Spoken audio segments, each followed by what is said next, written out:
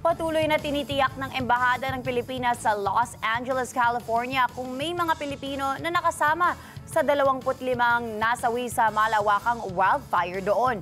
Ayon kay Los Angeles Consul General Adelio Angelito Cruz, abot sa 171 Pilipino at Filipino-Americans ang naapektuhan ng sunog.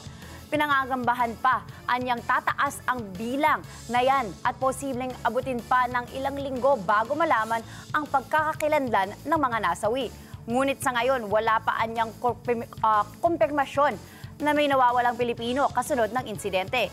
Karamihan sa mga naapektuhan nating kababayan ay mga caregiver na stay-in sa bahay ng kanilang employers. Maliban sa essential supplies, nakapagbigay na anya ang embahada ng $200 bilang pangunang tulong sa mga Pilipinong naapektuhan. Pangamba naman ni Cruz na magkaroon ng mass deportation ang Trump administration kung saan unang maaapektuhan ay ang mga kababayan nating undocumented. Samantala, sinabi pa ng Consul General na apektado na rin ang air quality sa buong California dahil sa wildfires.